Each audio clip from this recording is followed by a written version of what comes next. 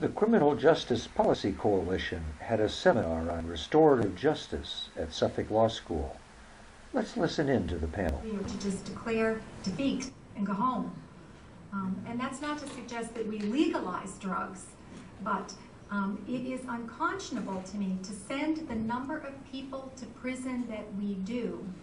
It's so troubling as a warden, and I've been a warden a couple of times, to see people who want to engage in treatment. They really want to turn their lives around, and they end up on a wait list.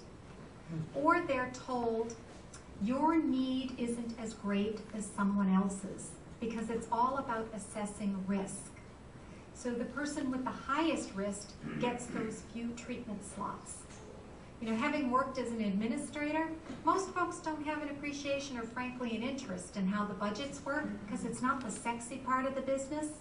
But I tell you, if you don't have a budget, you can't do the work. And when you look at the way the DOC's budget is structured, and I'd encourage you to go back and look at the Governor's Commission on Corrections Reform, the breakdown of that budget, there's very, very little money allotted for treatment, specifically for substance abuse. Well, when we know that 85 to 90% of the people who come into prison self-admit they have a substance abuse problem, they admit it. I'm wondering about that other 10% too. I think it's a good shot that it's almost straight through the system. How many of those folks get treatment? 1 out of 10. 1 out of 10 get the treatment. And that is the underlying factor for much of the crime that occurs. And we really have to struggle as a society and make peace with what our philosophy is regarding addiction.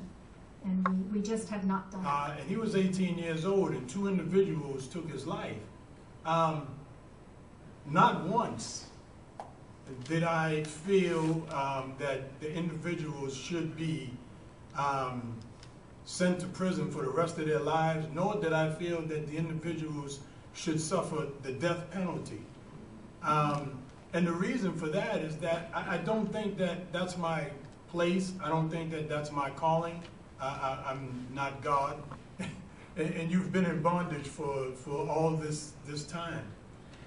There's a shock that takes place, I'm sure, when that individual is released and is now bombarded with all these kinds of different responsibilities, accountabilities, and families, and all these kinds of things that's going on in his life suddenly after all his decisions have been made for him for a period of 10, 15, 20 years. So unless that person is deprogrammed, that person is volatile. That person is going to explode somewhere, and then we have first degree. The worst thing that has ever happened to me in my life will probably be the worst thing that will ever happen to me in my life. But I truly believe that people can change. And the situation with my son, the court proceedings with my son, was exactly as people have laid out, in that 3 people went to prison for different amounts of time in exchange for testimony, and that the young man who actually killed my son went to court and beat his case and was acquitted. So 3 people were in prison to have consequences for what they did, because if you go into someone's home and you are carrying weapons, then you do have to be prepared for whatever's going to happen and be prepared for those consequences.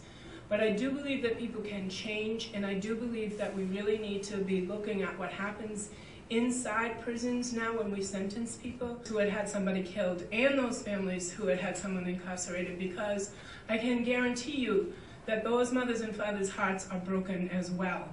And that they know that their son or daughter will not return to them in the same way that they were before. And I just wonder, like, how would that have been for you to hear the impact of what you've done, for you to own the responsibility, for those people in that circle or in that restorative practice to also understand the fear that had you carrying that gun, all of that stuff. I wonder if we instituted more community practices, if we put all of these situations that are happening back into the hands of the community, or in conjunction with law enforcement and community, and if we had some of those community practices and community connections going on in restorative practices for people while they are incarcerated, what kind of a difference would that make? In Minnesota, the Department of Corrections there has the reentry circles, so that a person about 6 months or to a year before they're about to be released begins to meet with family members and community members in a restorative circle process, and they have those meetings every couple of weeks over time, and both family and community are able to say, look, we want you to come home, we want to support you when you come home, but you can't do the same old stuff you used to do. You need to, and we're going to be here to support you, but we're also going to hold you accountable. And I also wanted to speak, I've met with 2 of the young men who killed my son, and one of them I just met with for the second time 2 weeks ago. I met with him several years ago. I was the first person through the Massachusetts DOC, and Kathleen was the commissioner at the time, and she approved it, to have a victim offender dialogue. And it's now a policy. But when I met with this young man a couple of weeks ago, I also asked his mom to come, and she did. But he spoke to the point that Milton was making about not having to think about where he was going to sleep, where he was going to eat. He has not had to pay what he was going to eat. He has not had to pay a bill. So he spoke to the point of the dependency that had been created, and his fears of how he was going to make it out there in the world. And so I again, I'm going to put in the plugs for restorative practices again. I think that we can intervene as people are getting ready to come home, and family and community can embrace them and support them and also hold them accountable, but help to prepare them to come home. There's so many things that can change, and in this day and age, with all the technology and everything, people can really go into shock when they get out of prison. It happened, and so why is someone else's life to be wasted too? If somebody can go to prison and do their time and be in a setting in which they are learning, they are understanding the impact of what they've done, they are owning their accountability, they are trying to make amends in the best way that they can. What I said to these young men that I met with is, the only way you can make amends to me, because you can't bring my son back, the only way you can make amends to me is to turn your own around. If you come out and you keep doing dirt in our community, we lose out again.